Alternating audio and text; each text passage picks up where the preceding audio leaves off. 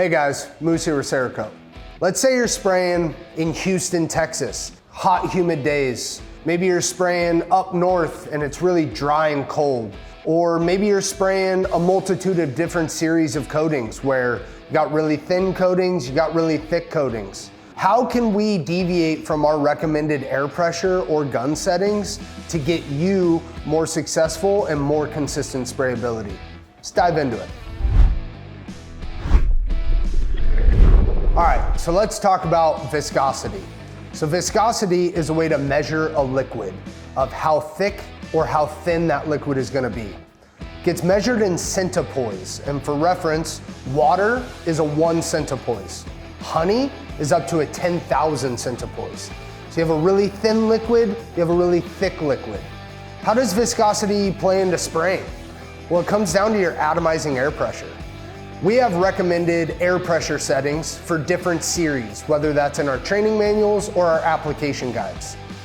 Be willing to go outside of those ranges, depending on if you have a really thick coating, you have a really thin coating. Let's say you have a super thin coating.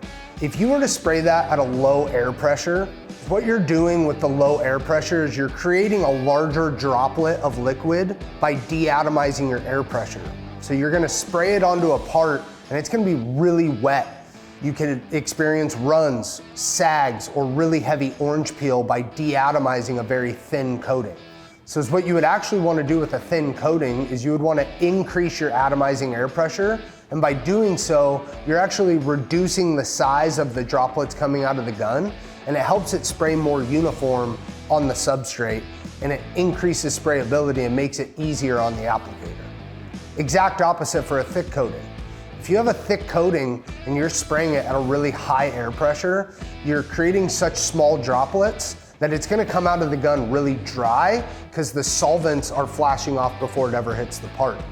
So with a thick color, that's where we're gonna recommend deatomizing your air to create larger droplets to get more solvent transfer to the part and to get that nice wet reflection, nice tight orange peel. Our recommended air pressure settings that you find in our training manuals and our application guides are all based off of a temperature and humidity regulated environment or a climate controlled environment, just like here at headquarters. Now let's say we're spraying on the East Coast and we have a really hot, humid environment. I might be spraying so far outside of our recommended range because humidity affects our solvents in the coating. Essentially, to get good sprayability, you need solvent transfer to the part to help lay down those solids and level them out.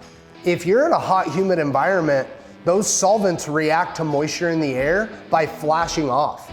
So sometimes in a hot, humid day, you're gonna be spraying within that 20 to 25 PSI for H series, and the coating's gonna spray really dry. Well, be willing to go below. So if I'm not getting a lot of solvent transfer, I might need to drop my air pressure down to 15 PSI. In some instances, I've seen as low as 10 PSI, just to help those solvents flow and get to the part to lay that coating down more consistent. Now let's say maybe we're spraying up north in a really dry, cool environment. I might need to increase my air pressure because the solvents are staying wet for too long or I'm getting too much solvent transfer. So I need to atomize my air pressure to then help with sprayability once again.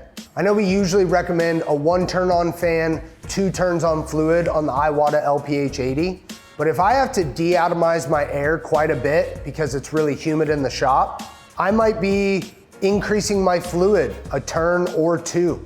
Vice versa, if I'm in a really dry, cold environment, I might need to decrease my fluid while increasing my air pressure. That will also help combat that sprayability issue. You also have the variable of your distance away from the part and the speed of which you move across that part. All of these variables play a huge role in the consistent sprayability of the coating. Once again, if we're deviating outside of that recommended air pressure settings that we have in our manual and application guides, use a dry film thickness gauge to be able to measure how thick of a coating job am I putting on the part. We don't just want to eyeball everything and go, yeah, it looks like a mil. We want to know, right? We want to know that we're getting the recommended film thickness.